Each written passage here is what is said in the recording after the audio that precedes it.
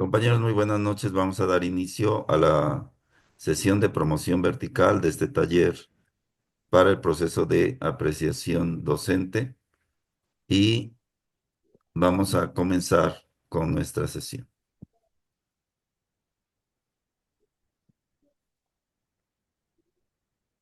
El día de hoy vamos a trabajar uno de los temas importantes dentro de la promoción vertical, que es el tema de entornos escolares seguros, que pertenece a lo que sería el área 3 de este temario de promoción vertical y a la subárea 3.2, que es vinculación entre la escuela y otras instituciones.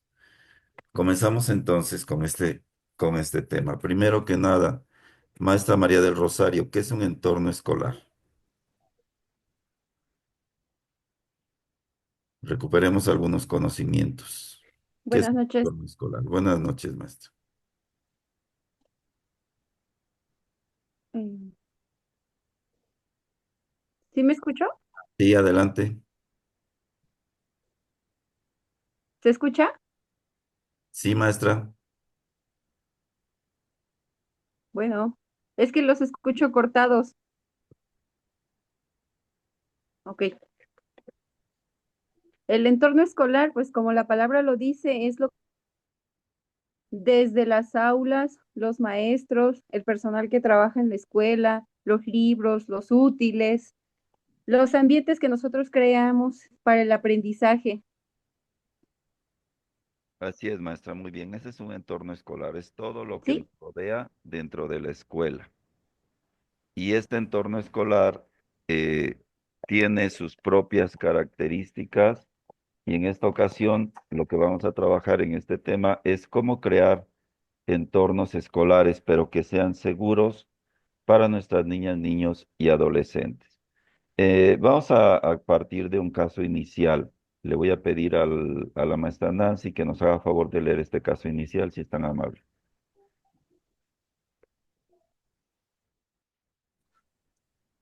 Caso inicial, alumna B. Tiene 11 años y en el último mes ha faltado mucho a la escuela. En ocasiones llega desalineada y en otras es muy notorio que se esmera en su arreglo personal. Regularmente, Rosa participa en las clases. Se lleva muy bien con sus compañeros y compañeras, aunque con los niños realiza juegos agresivos. La madre de Rosa asiste pocas veces a las reuniones y cuando lo hace, llega sin la niña y se sale antes de que la reunión termine.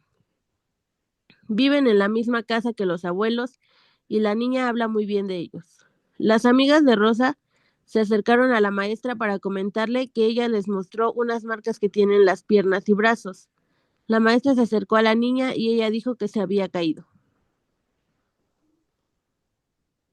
Muy bien. Vamos a lo siguiente. Maestra Nancy, usted, si fuera maestra de esta alumna, ¿qué haría?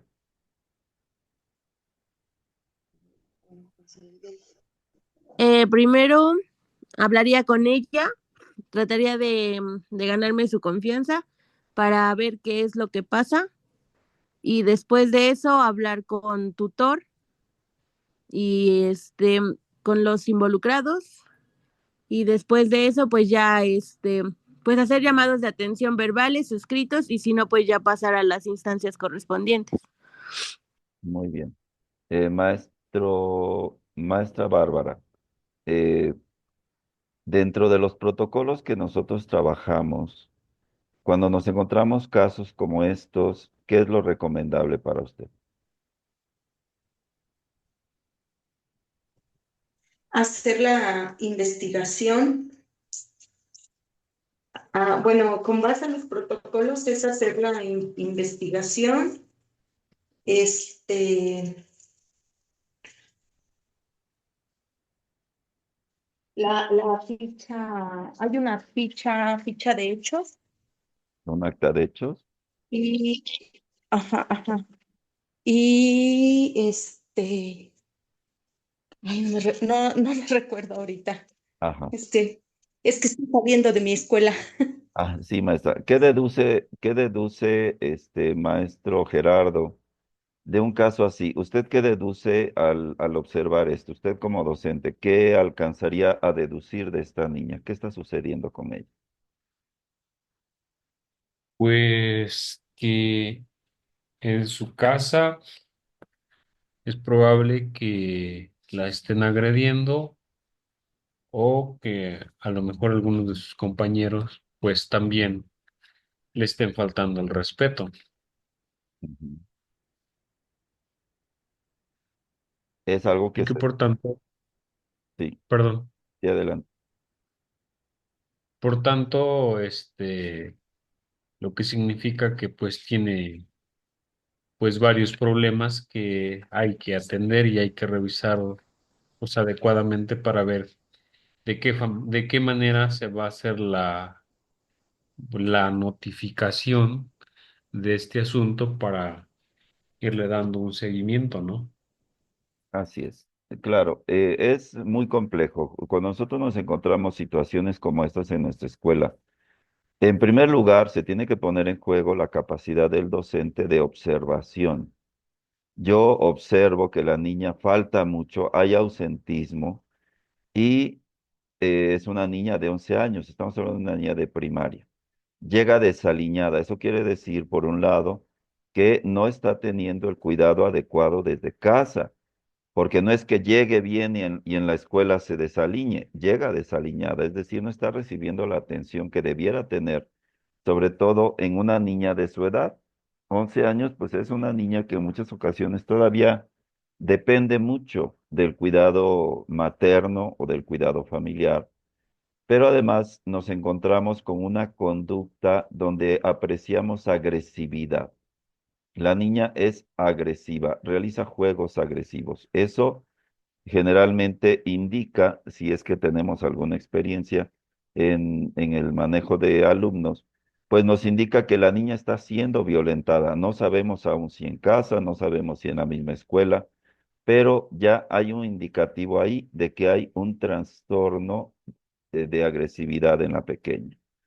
La mamá casi no va a reuniones y a veces se sale antes o llega sin la niña, o sea, la niña llega por su lado, la mamá por su lado, y encontramos que es una niña que vive en una casa donde están presentes los abuelos.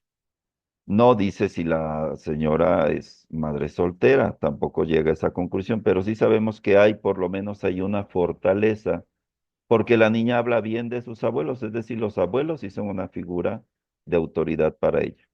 Pero se agrava este asunto cuando nos damos cuenta o se nos comunica de manera directa por parte de algunas alumnas que la niña tiene marcas en piernas y brazos.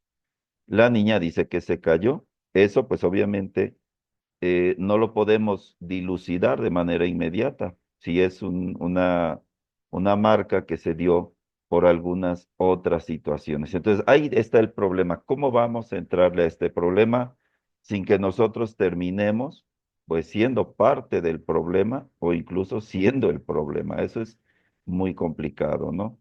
Entonces, vamos a trabajar aquí en esta sesión. eh, Cómo tratar este tipo de problemas. Primero que nada, debemos entender que todo proceso de creación de entornos escolares seguros requiere de varias acciones y estas acciones no se dan al mismo tiempo. Estas acciones son todo un proceso, pero la escuela debe estar muy consciente de ello. Desde la elaboración de su programa de mejora continua en educación básica, debe tener claro que estas situaciones existen siempre. Siempre vamos a encontrar situaciones de violencia en casa o en la escuela y siempre vamos a tener que estar realizando acciones en diferentes momentos. La primera acción que tenemos que realizar es una acción formativa. La acción formativa implica que desde el aula, desde la clase, nosotros estemos impulsando el conocimiento de este tipo de situaciones con nuestros alumnos y los mecanismos que ellos pueden utilizar para denunciar.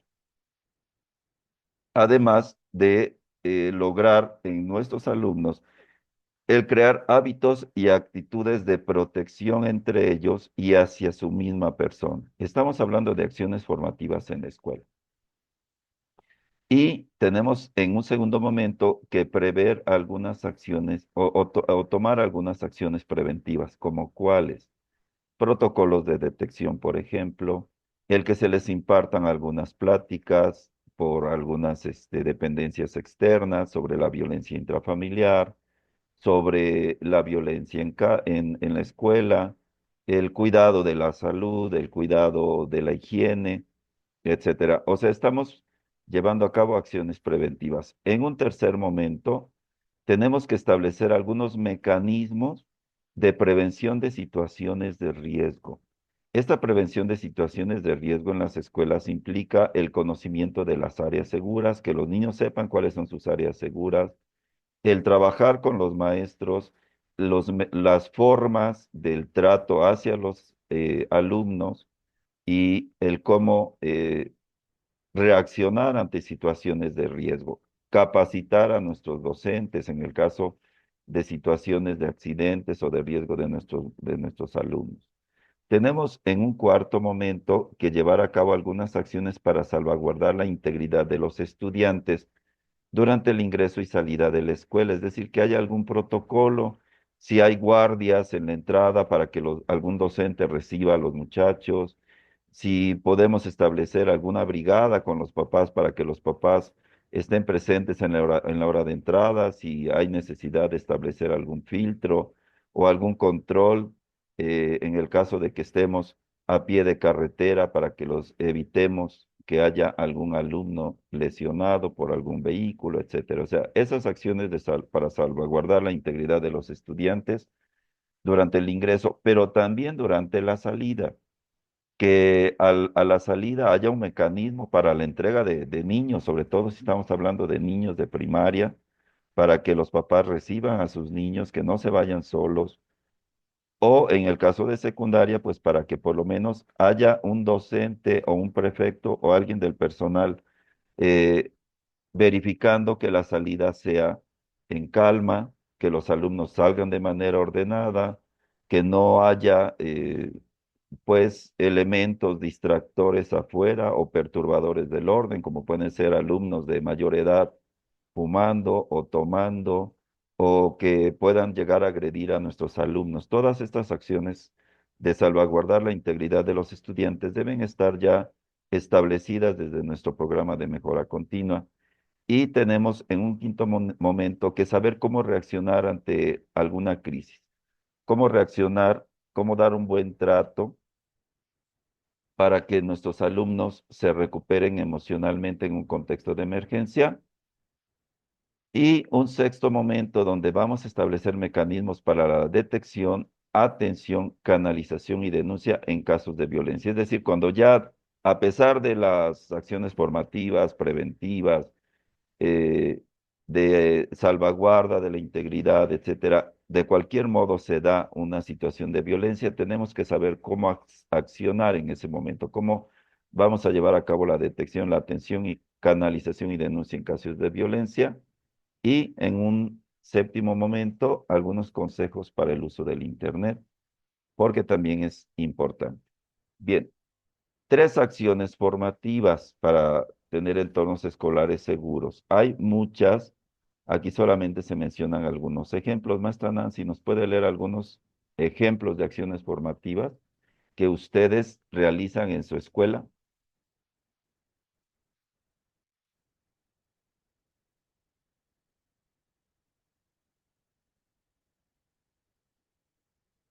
Maestra Nancy, adelante. Em, Asambleas escolares y de aula, escuchar los niños, niñas y adolescentes y reglamentos escolares. Ok, esto es, vaya, en cada escuela, dependiendo de la matrícula, de la cantidad de maestros que tengamos, de las posibilidades de infraestructura y demás, podemos llevar a cabo algunos o todos o incluso otros que aquí no se encuentran contemplados. Pero estas son acciones formativas. Cuando nosotros hablamos de formar, de llevar a cabo acciones formativas, estamos hablando de este tipo de situaciones. Que haya debates en el aula con respecto a la creación de entornos escolares seguros, sobre adicciones, sobre violencia, sobre agresiones entre pares, etcétera. El que se hagan rondines de guardia, esto es importante, sobre todo luego hay escuelas y en general hay muchas escuelas que no tienen el personal suficiente y se tiene que buscar la manera de que los maestros se involucren, que no durante el receso, pues todos los maestros se encierren en la sala de maestros y estén desayunando mientras los niños andan corriendo por todo el patio sin que nadie los vigile. Hay que buscar establecer rondines de guardia, llevar a cabo asambleas escolares y de aula, tener consejos estudiantiles, por ejemplo, en el caso de secundarias, donde ya los niños son más conscientes, o establecer consejos estudiantiles integrados por papás que puedan también apoyar en el cuidado de la seguridad de nuestra institución. Saber con precisión qué es lo que tenemos, con qué contamos, si tenemos extintores, si tenemos este botiquín, si tenemos áreas seguras, etcétera. Todo lo que tiene que ver con los recursos que contamos y la escucha activa. Esto es muy importante. Cuando nuestros niños no están en un entorno escolar de confianza, es muy difícil o casi imposible que ellos puedan, de algún modo, denunciar o puedan acudir a la autoridad escolar para poder solucionar sus problemas de inseguridad que están viviendo. Y por supuesto, debe haber un orden, es decir, un reglamento que, bueno, actualmente ya no le llamamos reglamento, le llamamos acuerdos de convivencia, pero sí debe haber acuerdos de convivencia que nos permitan prever que los primeros brotes de violencia se conviertan en cuestiones más graves. Algunos otros ejemplos de acciones formativas en la escuela se deben dar en los diferentes hábitos. En los diferentes ámbitos? ¿En qué ámbitos?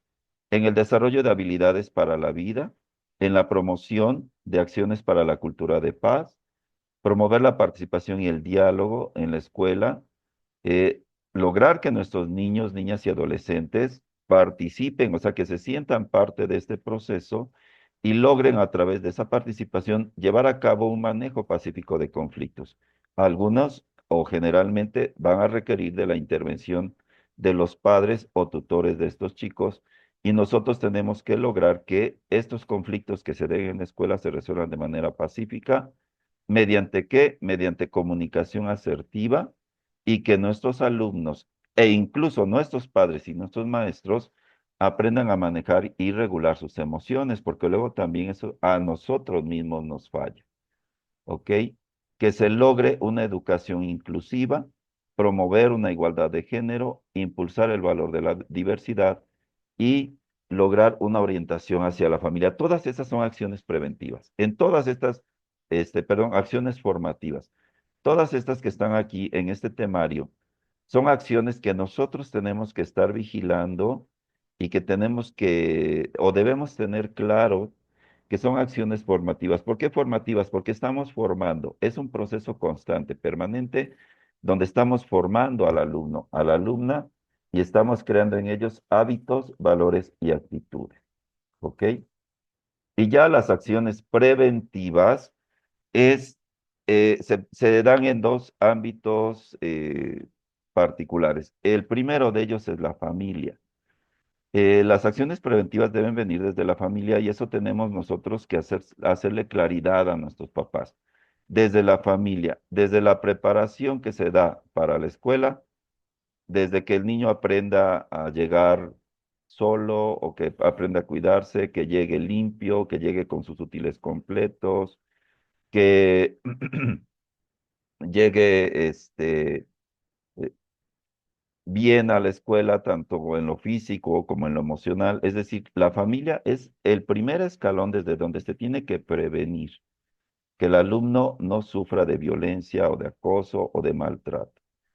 El otro ámbito donde ahora ya nos corresponde a nosotros de manera preponderante es en la escuela y la comunidad. Aquí es donde ya entran estas acciones preventivas, donde ya vamos a tener un inventario, un croquis de recursos, nuestros recursos internos, nuestros recursos externos. Recuerden que la escuela no está aislada, la escuela es un ente que está inmerso dentro de una comunidad. Entonces también debemos saber y tener preciso cuáles son los recursos externos con los que vamos a poder contar. Por ejemplo, este es un croquis de una escuela donde nosotros podemos ver la distribución. Debe estar en un lugar visible, debe ser de conocimiento de los maestros y de los mismos muchachos. Saber dónde están las salidas, dónde están las entradas, por dónde deben tener cuidado, dónde está el botiquín de primeros auxilios, si se caen, si se golpean, dónde tienen que acudir, si a la dirección, si a la prefectura, si al médico escolar, si es que lo tenemos, etcétera. O sea, este es un ejemplo de un croquis de seguridad. Recordemos que hay diferentes tipos de croquis, pero lo que nosotros necesitamos para generar entornos escolares seguros es un croquis como este, donde podamos eh, especificar los riesgos y recursos internos de la escuela. Pero además debemos tener un mapa de riesgos y recursos externos. Por ejemplo, aquí está la escuela y ya nosotros tenemos claridad de que por aquí hay unos lotes baldíos donde a veces los niños pueden irse a pelear o pueden llegar a tener encuentros inadecuados con gente externa, etcétera. Hay un parque donde podemos llevar al alumno en caso de necesidad. Aquí está la Cruz Roja Mexicana. Si necesitamos el apoyo de las autoridades municipales, dónde está el Palacio Municipal, dónde está la iglesia, que finalmente también en muchos momentos puede llegar a servir de refugios temporales o incluso pues para otro tipo de situaciones que también deben estar presentes, un centro de salud, donde hay lugares de riesgo, por ejemplo, como una cantina, un cementerio, donde pueda el alumno ir a esconderse o donde pueda tener el riesgo de que pase por esa cantina y alguna persona en estado etílico lo agreda. Es decir, este es un croquis interno y este es un croquis externo. También lo debemos tener claro y lo debemos tener presente en donde en nuestros programas de mejora continua, pero además también recordemos que tenemos nuestro documento de seguridad escolar, donde están todas las brigadas que participan en situaciones de riesgo o en situaciones de alguna contingencia ambiental o algún suceso meteorológico, etcétera. Bien. Ejemplos específicos de situaciones que se dan en las escuelas. Por ejemplo, el ingreso, detección de objetos y sustancias prohibidas. ¿Qué es lo que se recomienda? Aquí hay algunos de ellos. Pero recordemos que todas estas acciones deben ir de la mano con el manual de convivencia escolar. Ejemplo, la revisión de mochilas. ¿Cómo se puede dar? ¿Se puede dar todavía? Y si se puede dar, ¿cómo se tiene que dar, maestro Guillermo? Buenas noches. Bueno, los maestros ya no podemos revisar la mochila. Tiene que ser un planteamiento donde participen padres de familia. En caso de que nosotros detectemos, primero la detección, en caso de que nosotros detectemos que pudiera surgir alguna anomalía con alguno de los alumnos o que ésta pueda provocar un daño a otro niño, en el caso de primaria, que es el nivel donde trabajo, inmediatamente dar el aviso a los padres de familia y deben ser ellos, con el consentimiento de ellos además, que se encargue de, en este caso, de la revisión de la mochila del niño. Así es. Mucho cuidado, o sea, finalmente este tipo de mecanismos pueden llegar a darse, pero en situaciones concretas y además bajo mecanismos muy precisos de acuerdos. Debe haber un acuerdo. Si, por ejemplo, queremos favorecer este tipo de acciones, se debe tomar el acuerdo desde la primera sesión con padres de familia donde se integra el comité o se renueva o se reestructura. Abordar el tema de la seguridad escolar y que los papás firmen de acuerdo en que cuando haya necesidad de llevar a cabo una revisión mochila, ellos están dispuestos a acudir a la escuela para hacer la revisión mochila. Se puede dar, sí, pero bajo ciertos protocolos. ¿Qué es lo que definitivamente ya no podemos hacer? Revisiones corporales. Eso está prohibidísimo. te puedes meter en un problema legal muy fuerte. No revisiones corporales. Desafortunadamente estamos desarmados ante esas situaciones y pues habrá que buscar otros mecanismos. Por ejemplo, dice aquí mochilas transparentes. Bueno, pues es una buena alternativa. El problema sería lograr que todos los padres de familia le compren su mochila transparente a su niño para que en efecto se pueda llegar a dar este proceso. Pero son solo sugerencias. Hablemos ahora del tercer momento, la prevención de situaciones de riesgo en las escuelas. Las situaciones de riesgo en las escuelas son muy variadas y no solamente son objetos o sustancias prohibidas, también hablamos de acciones concretas donde ya existe un riesgo de agresión específica hacia nuestros alumnos.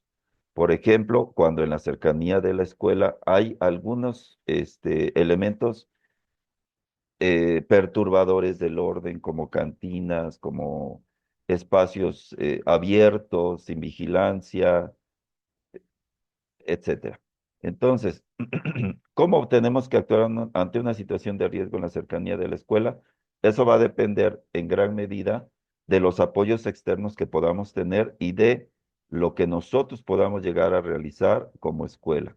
Hacer algún rondín, por ejemplo, a la hora de salida, a lo mejor no todos los días, pero de manera esporádica, para que vayamos nosotros también evitando este tipo de situación. Cuando ya hablamos de acciones para salvaguardar la integridad de nuestros estudiantes durante el ingreso y la salida, hay mecanismos específicos que podemos instrumentar. Maestra Rosario, en su escuela, ¿qué mecanismo utilizan para la salida y el ingreso y la salida de su escuela? ¿Y qué resultado les ha dado?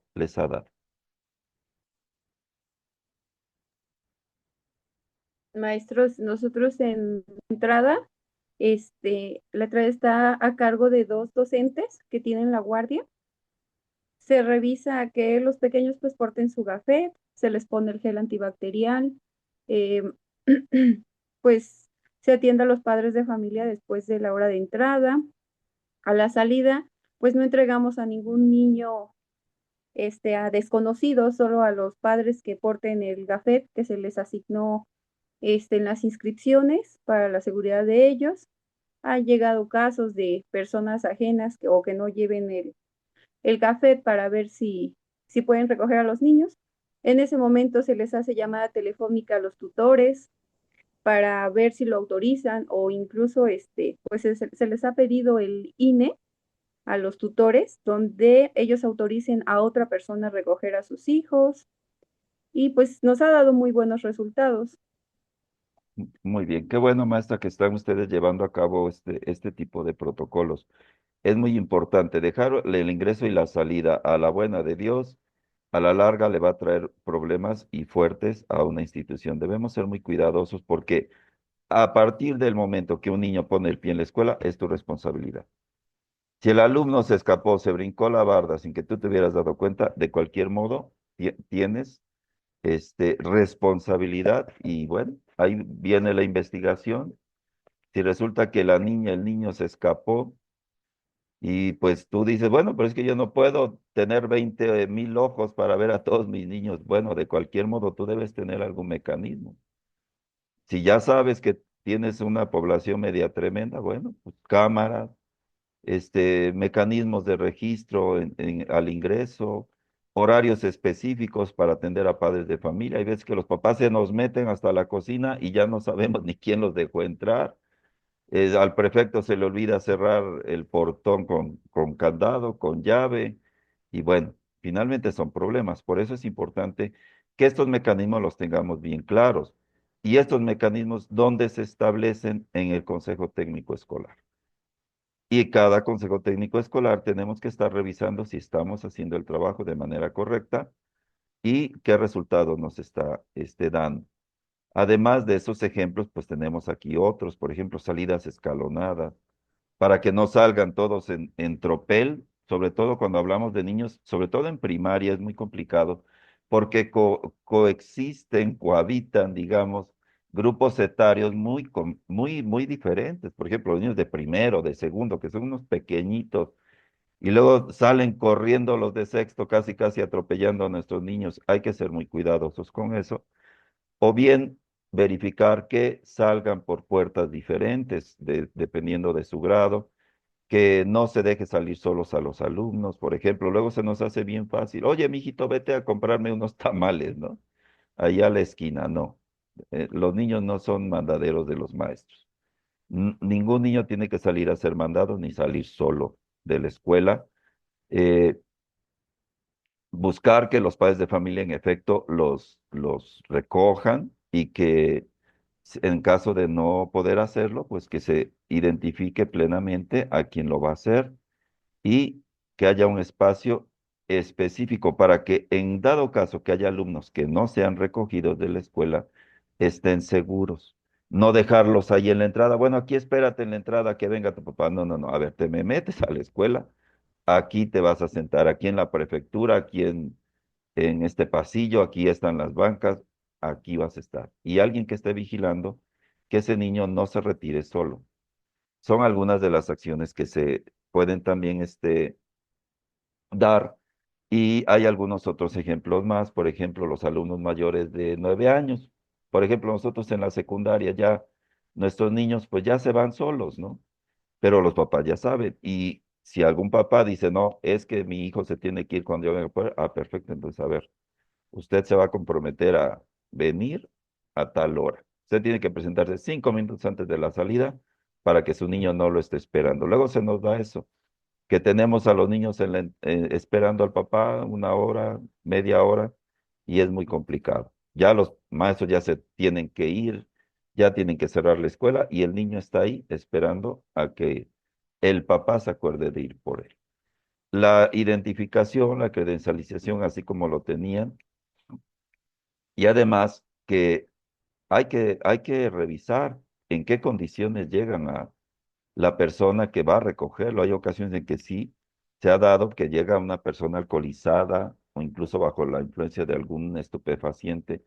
Esa persona no se lo puede llevar, aunque sea el padre, aunque sea el tutor.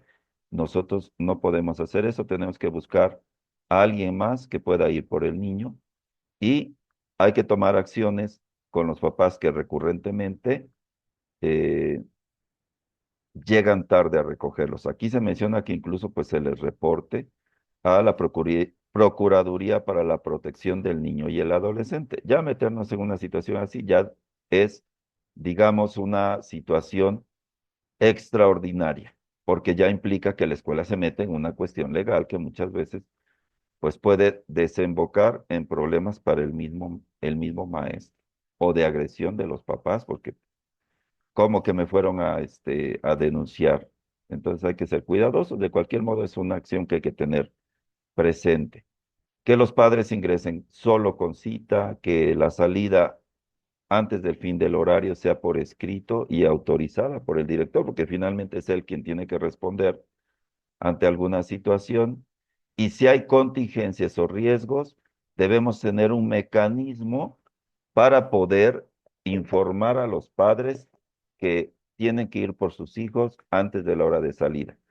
En cuestiones como sismos, en cuestiones como tormentas eléctricas, alguna situación de contingencia social, que por ejemplo, ¿no? Ya hay se andan golpeando afuera de la escuela un montón de gente, balaceras, como se da en el norte del país, aunque dicen que no, que vivimos con toda seguridad, lo cual no es cierto. Entonces, sí debemos tener algún mecanismo para poder informar de manera oportuna a los padres o tutores de que sus hijos se tienen que retirar antes de la hora de salida.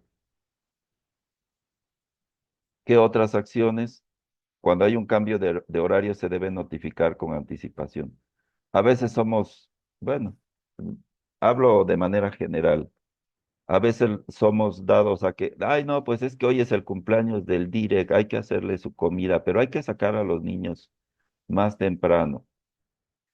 Hay que avisar con anticipación, por lo menos un 24 horas de anticipación. Hay papás que trabajan, Hay papás que no pueden estarse saliendo de su casa o tienen otras actividades, entonces hay que ser muy cuidadosos. Los cambios de horario deben ser bajo una notificación previa y justificada. Justificada. Pasamos al quinto momento. El manejo de la crisis y el buen trato para la recuperación emocional en contextos de emergencia. En situaciones como estas, también hay un antes, un durante y un después. El antes son todas las medidas preventivas que ya hemos mencionado. Para que nosotros podamos manejar una crisis, no podemos esperar a que se dé la crisis para decir, chin, les hubiéramos dado un taller, les hubiéramos dado una plática, hubiéramos hecho rondines, no. El hubiera no existe. Las medidas preventivas deben estar ya establecidas de manera precisa y concreta en nuestro programa de mejora continua y le debemos dar seguimiento en nuestros consejos técnicos escolares. Y durante la crisis, ahora sí, tenemos que llevar a cabo algunas acciones. En primer lugar, mantener la calma.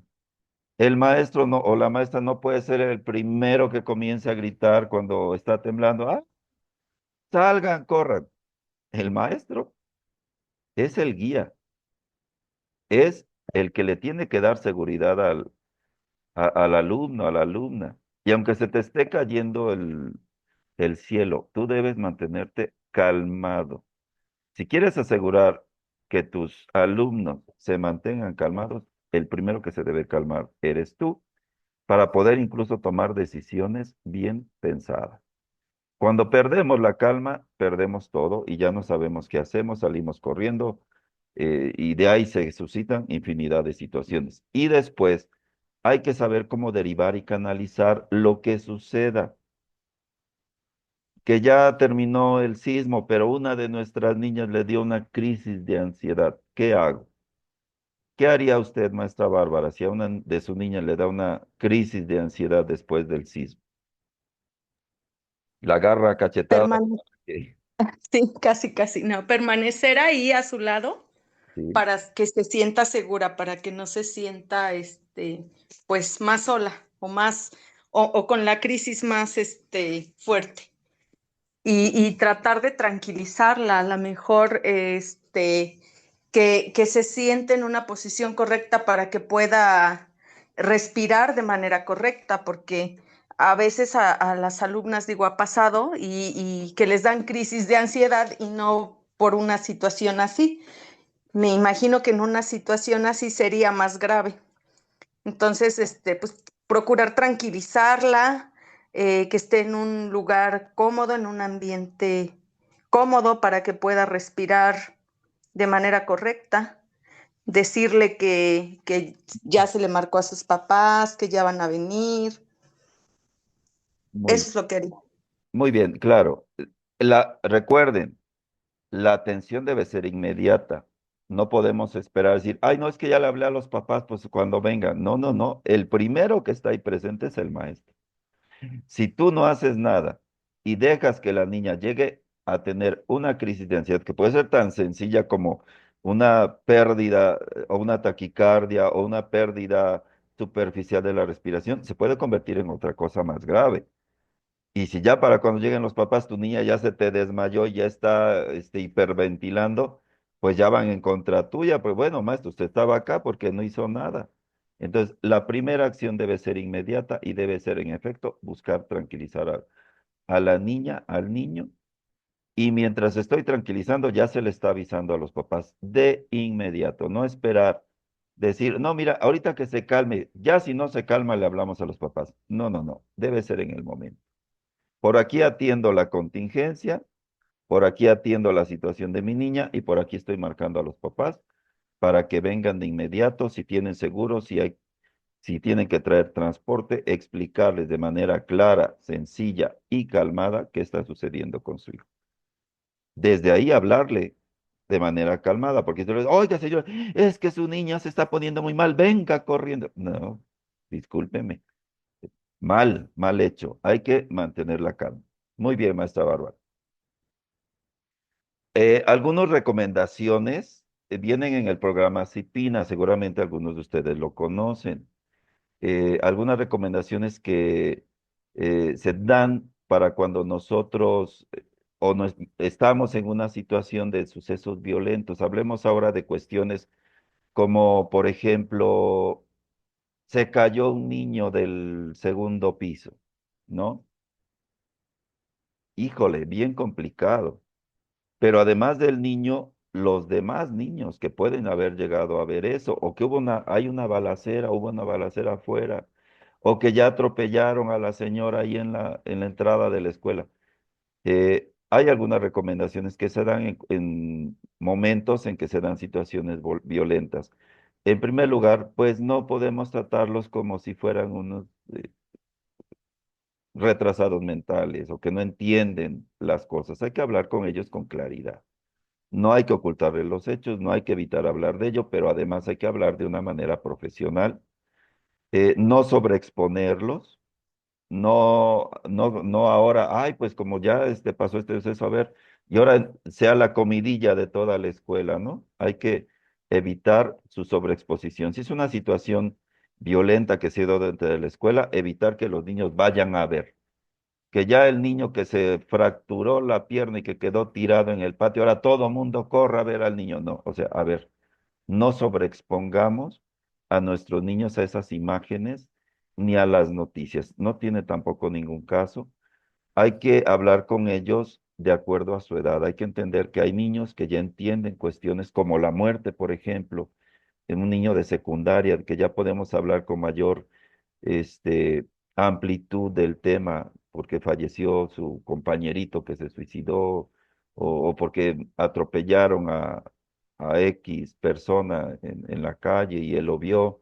Entonces, hay jóvenes que ya están en una etapa de maduración diferente, pero también tenemos niños de primer grado o de preescolar o de primaria que aún no podemos hablar con ellos en ese sentido y hay que ser muy cuidadosos. Hay que hablar con ellos hasta el momento o hasta el punto en que, de acuerdo a su edad, puede entender la situación. Y la rutina, pues, se tiene que continuar, no dejar que esta situación, pues, nos afecte, a menos que haya que tomar alguna medida concreta. Si, por ejemplo, sucedió un atropellamiento en la entrada de la escuela, en el acceso, pues, aunque querramos seguir con la rutina, tendremos que buscar otros mecanismos para incrementar la seguridad en el acceso de nuestros muchachos, pero si no hay necesidad, tampoco hay que hacerlo.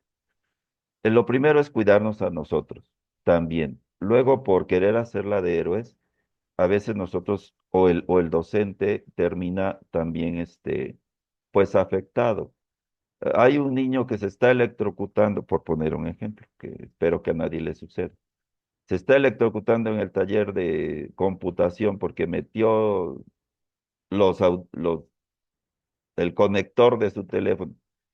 Pues no va a ir corriendo el maestro a agarrarlo y jalarlo con un palo, con un trapo, con algo que evite que la corriente eléctrica se me pase a mí, lo muevo, lo quito, lo jalo, por poner un ejemplo. Hay que cuidar también nuestra propia integridad. Para poder ayudar a los demás, primero tenemos que cuidarnos nosotros. Y después del evento hay que identificar qué niños fueron más afectados y requieren alguna canalización o alguna atención. Siempre hay niños que son como más resilientes, pero hay niños que definitivamente el impacto de una situación como estas lo deja pues mal, muy mal. Hay que identificar, hay que notificar a los padres, hay que solicitarles que haya alguna canalización a estos chicos para evitar que este suceso se convierta en una cuestión, pues, que le afecte de manera permanente. Vamos al sexto momento. Cuando hablamos de la detección, atención, canalización y denuncia en casos de violencia, ya se dio el caso de violencia. Ahora estamos hablando de violencia en concreto.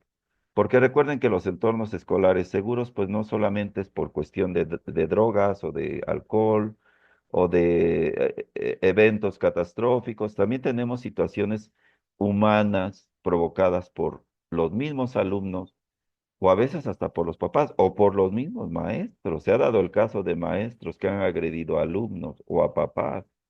Entonces, Cuando se da un caso ya específico de violencia, debemos tener claridad de qué mecanismos vamos a utilizar. Los mecanismos deben ser seguros y, sobre todo, deben salvaguardar la confidencialidad de nuestros niños. Si se da un caso de violencia, no tiene ningún sentido que andemos divulgándolo o que llamemos a una reunión de padres de familia y exhibamos al alumno. Es que este alumno le pegó a fulano. No. Recuerden que los niños tienen derechos. Ya hablamos sobre los derechos de los niños, niñas y adolescentes, y ellos tienen derecho a salvaguardar su integridad. Y cuando nosotros los exhibimos o no llevamos el proceso con la debida confidencialidad, estamos atentando contra sus derechos. Al levantar un acta, por ejemplo, yo no debo poner el nombre completo del alumno, yo pongo sus iniciales y su grado y grupo, porque es parte del protocolo que nosotros debemos llevar en esa situación. De cualquier modo, tenemos primero que identificar dónde se dio, en qué entorno se dio esa violencia, en la familia, en la comunidad, en la escuela o fuera de la escuela, y no precisamente en la comunidad, o sea, dentro de la sociedad en general. Lo primero que tenemos que entender es esto, un mecanismo seguro y confidencial, detectando el origen de el problema, dónde se dio el problema de violencia con nuestros niños. Algunas consideraciones que se tienen que tomar para llevar a cabo este proceso. Maestra Elsa, ¿me puede leer estas consideraciones que se consideran esenciales para la detección, atención y canalización de los casos de violencia, si es tan amable? Sí, los incidentes de violencia deben tratarse de manera inmediata utilizando, según sea el caso, los métodos del PEMSE. Los métodos de detención, atención y denuncia deben ser estrictamente confidenciales, seguros y amigables para niñas, niños y adolescentes y jóvenes. Para que las niñas, niños y adolescentes y jóvenes tengan la confianza de denunciar algún tipo de violencia, deben tener la certeza de que el mecanismo es efectivo para resguardar su integridad física y emocional. Para reportar los casos de violencia pueden desarrollarse varios procedimientos. Las líneas telefónicas establecidas por la Secretaría de Educación Pública 01800-288-6600 y 01811 acoso 22676. Buzones, salas de chat, informes en línea, cajas para aplicar mensajes confidenciales y reportar puntos en las escuelas. Ok, bien, muy bien, maestra, gracias. Son algunas consideraciones que tenemos que tomar para cuando nosotros atendamos y canalicemos un caso. Debemos proceder de manera expedita, con el conocimiento del padre o tutor y bajo su autorización. Habla aquí de los métodos del PENSE. Recordemos que el PENSE es el Programa Nacional de Convivencia Escolar y obviamente los métodos del PENSE hablan desde las 7 estrategias que se deben trabajar eh, para fomentar la convivencia escolar sana y pacífica, desde promover la cooperación, el respeto, la empatía, la promoción de normas específicas, claras y concretas de convivencia en la escuela, la cooperación, el respeto por los derechos y deberes de los demás y la participación de todos en la procuración de ambientes escolares sanos y de convivencia. Eh, y además, de acuerdo al marco normativo del Manual de Convivencia Escolar, que establece las sanciones específicas para cada tipificación del delito cometido y en el caso de violencia en concreto está muy preciso. Entonces, hay que tomar en cuenta esto porque no podemos actuar de acuerdo a mi estado emocional o a lo que yo creo que es correcto. Para eso hay ya mecanismos específicos y hay manuales que tenemos que seguir, así como protocolos. Estos métodos de detección deben ser confidenciales. Si yo hago una investigación porque hubo una situación de violencia, yo voy a hacer mi investigación. Yo tengo que buscar testigos pero esos testigos tienen derecho a que su testimonio sea confidencial, porque luego sucede algo contraproducente. El violentador o el agresor, al enterarse de que fulano o sutano o perengana testificó en su contra, pues ahora va el problema hacia ese niño y eso es contraproducente.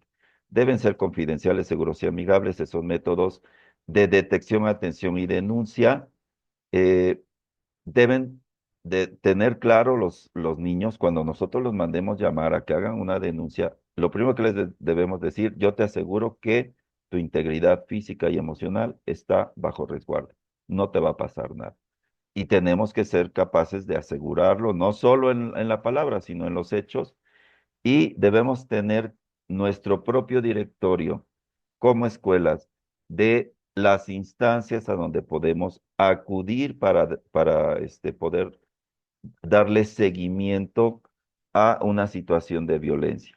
La Procuraduría, el Ministerio Público, debemos tener algún número de emergencia para las cuestiones de atención en un caso de violencia donde haya agresión física y que el alumno o la alumna requiera de atención. Debemos tener activados nuestros mecanismos de contacto para poder llevar a cabo esto. Y se habla finalmente también de algunos buzones o cajas, dice aquí, para mensajes confidenciales. Por ejemplo, hay escuelas que tienen ahí su buzón de quejas y entonces, pues a veces hay cosas que, pues hay gente que no las usa para lo que debiera, a veces hacen cosas que no son correctas, pero debe haber algún mecanismo para que los jóvenes puedan denunciar de manera segura y amigable. Y con respecto al uso de Internet, esto ahorita es muy de moda. Nuestros niños utilizan los medios a su alcance y muchas veces lo hacen de manera inadecuada. Tenemos que promover dentro de las acciones preventivas, camaradas, el uso adecuado del Internet para que los alumnos no se metan en problemas. Algunos, algunas de las recomendaciones o consejos que se nos da para trabajar con los chicos es pensar antes de publicar, que sus contraseñas sean secretas, sean seguras, que cuiden su imagen y la de los demás, no porque ahora ya esta foto salió chistoso fulano, ahora lo voy a subir para que se burlen de él, ¿no? Deben tener mucho cuidado de qué es lo que se sabe de ellos. Deben tener cuidado de cerrar su sesión, sobre todo cuando hay ocasiones en que utilizan las computadoras de la escuela, luego eso viene a traer algunos problemas, que se respete a los demás, que no se, en el caso de menores, generalmente pues se aconseja que no pongan su nombre completo, sino que pongan un apodo o un alias para que no cualquiera los pueda buscar, que no digan todo de ellos, santo y seña, vivo en tal parte y voy por el pan a las 9. O sea, hay cuestiones que no se dicen y deben procurar que sus cuentas sean seguras y se da la recomendación de que creen varios emails. ¿Para qué? Para evitar el acoso cibernético. Pero son solamente algunas de las recomendaciones y yo agregaría, estos consejos también deben aplicar para los maestros.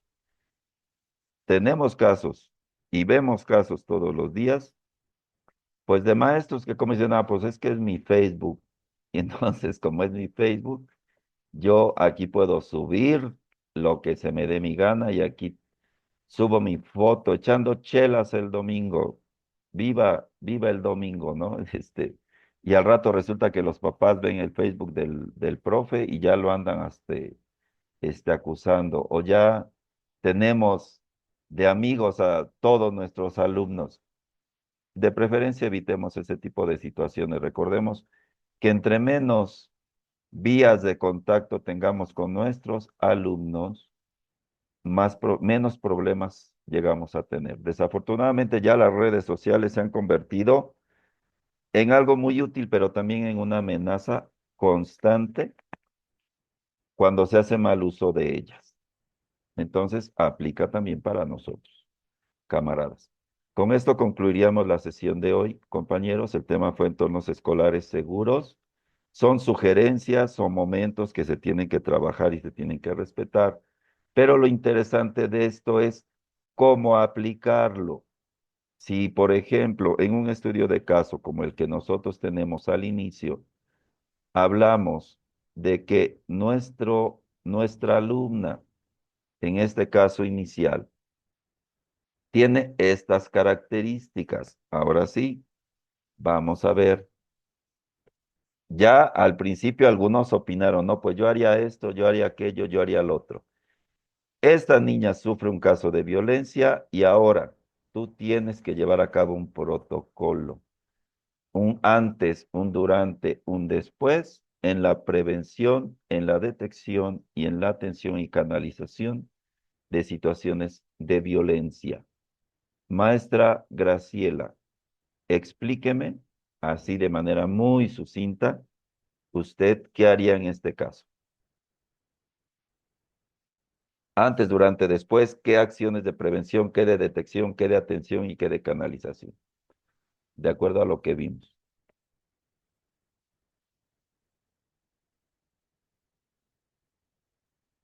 ¿Sí me escucha, maestra Chelita?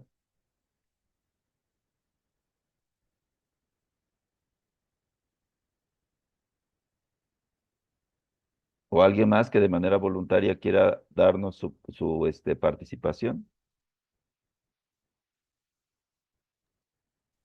Yo a ver si estoy bien. Adelante, maestra Bárbara. Bueno, a prevención ahí ya no, porque pues ya es más bien actuación, ya no entraría la prevención.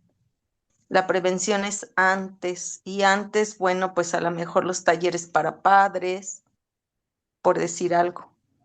Eh, Durante, ahí es donde se haría la ficha informativa y se canalizaría al DIF.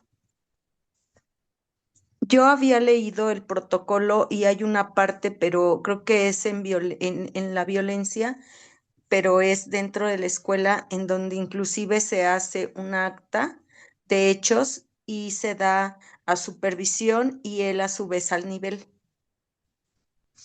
Así es. Cuando ya nos damos Entonces, cuenta. Sí, adelante, adelante, maestra. entonces ahí sería la canalización al DIF y es quien se encargaría porque pues es en este caso la mamá quien la violenta, no es en la escuela. O es la mamá, o por lo menos creemos que hay elementos suficientes para pensar que es la mamá y no los abuelos, pero ahí nuestra primera intervención como docentes es canalizar. Recuerden que nosotros como docentes tenemos nuestra limitante.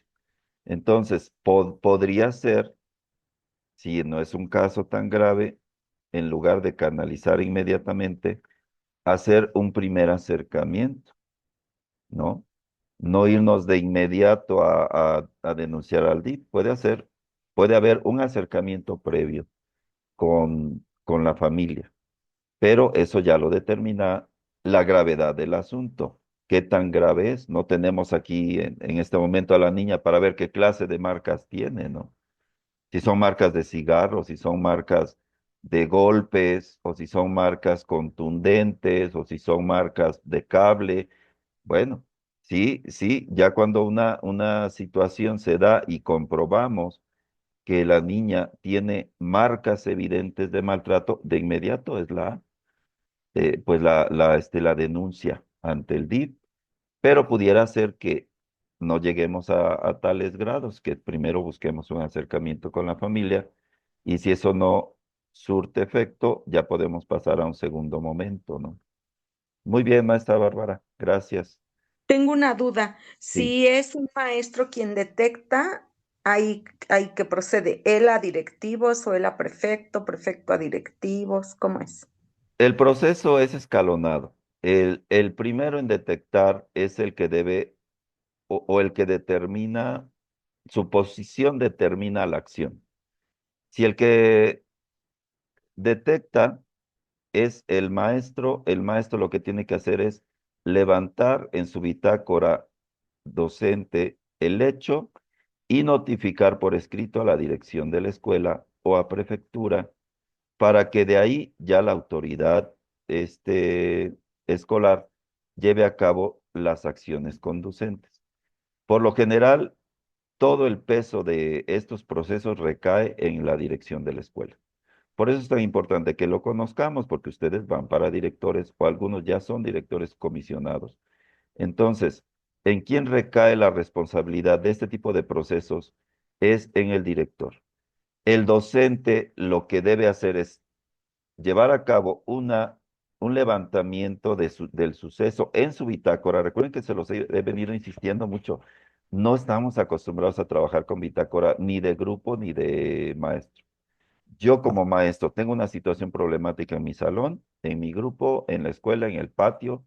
Yo levanto mi bitácora, reporto por escrito a la dirección y que la dirección me firme el visto bueno en mi bitácora de que estoy notificando a tiempo y de manera oportuna el problema. Porque después, si se suscita de una manera más grave, viene la denuncia, vienen los papás y resulta que dicen, es que la maestra Bárbara ya sabía y no dijo nada. A ver, señor, mire, aquí está mi bitácora y aquí está la fecha y la hora, incluso el lugar, los sucesos, y se notificó por escrito a la dirección y te deslindas de problema. Y es el director quien tiene que hacer el proceso y el protocolo. A veces queremos evitarle problemas a nuestro alumno y decimos, ay, no, pobrecito, no lo voy a llevar a la dirección, yo voy a mandar a traer a la mamá y si es algo menor, es bueno. Si es algo menor, está bien. Una cuestión leve que se salió de clases, que no entró a una clase, que se fue a esconder atrás de los salones, que le sacó la lengua a fulana. O sea, cuestiones como esas que no requieren una sanción como tal, así grave, sí las puede atender el docente o el asesor. Pero ya cuestiones como estas de las que estamos hablando, ya no. Un alumno que ingresa con alcohol, que ingresa con estupefacientes, con vapeadores, que agrede verbal o físicamente a sus compañeros de una manera fuerte, ya el docente tiene la obligación de reportar para evitarse problemas y que se canalice de manera adecuada. No sé si contesté tu pregunta, amigo. Sí, muchas gracias. Bueno, pues compañeros, hasta aquí la sesión. Vamos a concluir la grabación si es que no hay otra duda o participación. Dejamos de compartir.